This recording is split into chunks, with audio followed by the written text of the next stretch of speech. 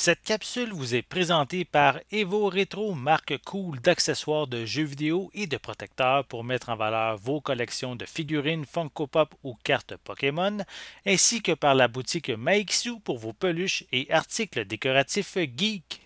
Et bonjour, ici Sébastien, j'espère que ça va bien. Aujourd'hui, je continue avec mes top 5 de jeux à mettre dans des protecteurs Evo Retro. Dans les dernières semaines, en fait, j'avais fait déjà des tops pour les jeux Super Nintendo, Nintendo Switch. J'avais fait aussi Game Boy et Game Boy Advance en boîte.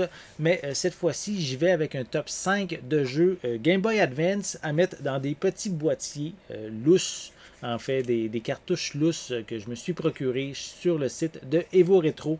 Je vais enlever la petite étiquette. Voilà. Donc, c'est des boîtiers très très simples, mais toujours pratiques pour éviter d'abîmer nos jeux Game Boy Advance. Donc, j'ai sélectionné ici mes 5 jeux qui ont le plus de valeur dans ma collection, mais j'ai exclu les jeux Game Boy Advance que j'ai en fait déjà en boîte, notamment Zelda Minish Cap, les deux Zelda NES classiques.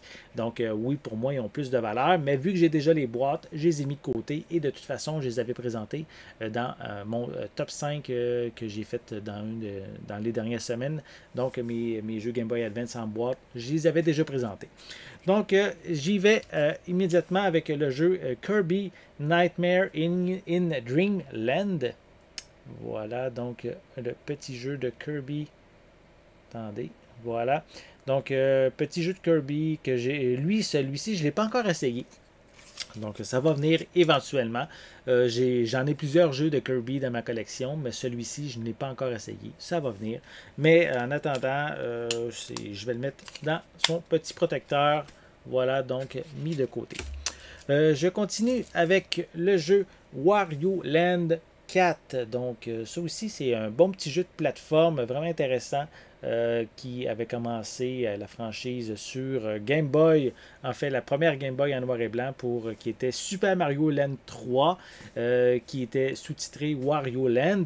Donc, on fait ensuite sur Game Boy Color, ils ont fait le Wario Land 2, Wario Land 3 et en fait, la franchise a continué ensuite sur Game Boy Advance pour Wario Land 4. Donc, voilà un autre jeu que j'ajoute dans mon petit boîtier. Voilà. Oups. Attendez, on va le placer comme il faut.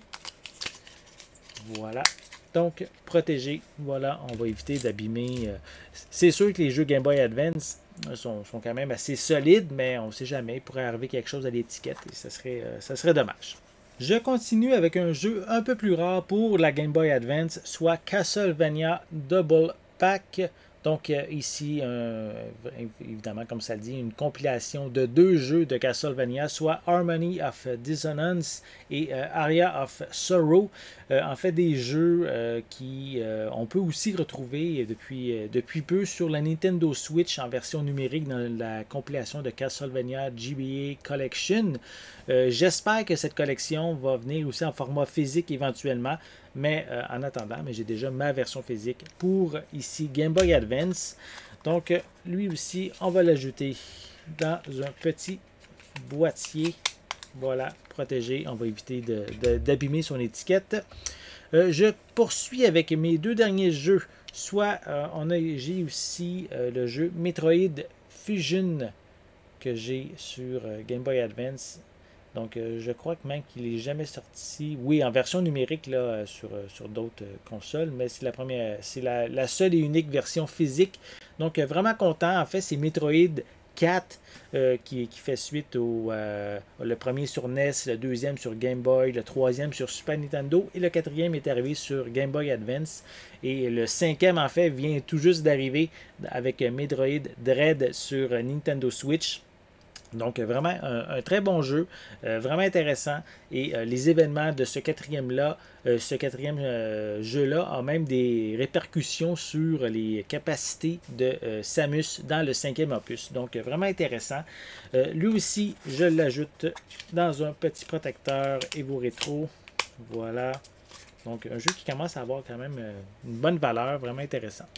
Et je termine avec le jeu Metroid Zero Mission que j'ai maintenant en format sur Game Boy Advance. Voilà, depuis tantôt, je fais une compilation de top. Donc, c'est un peu normal que je parle encore de Game Boy Advance. Donc, cet opus, en fait, est une version améliorée du tout premier opus avec même certains ajouts, certains segments supplémentaires qu'on n'avait pas dans l'opus original sur NES. Donc vraiment un très bon jeu, une très belle nouvelle adaptation du jeu également. Donc vraiment à découvrir, même si vous aviez fait le jeu original, cette version-là améliorée est vraiment excellente.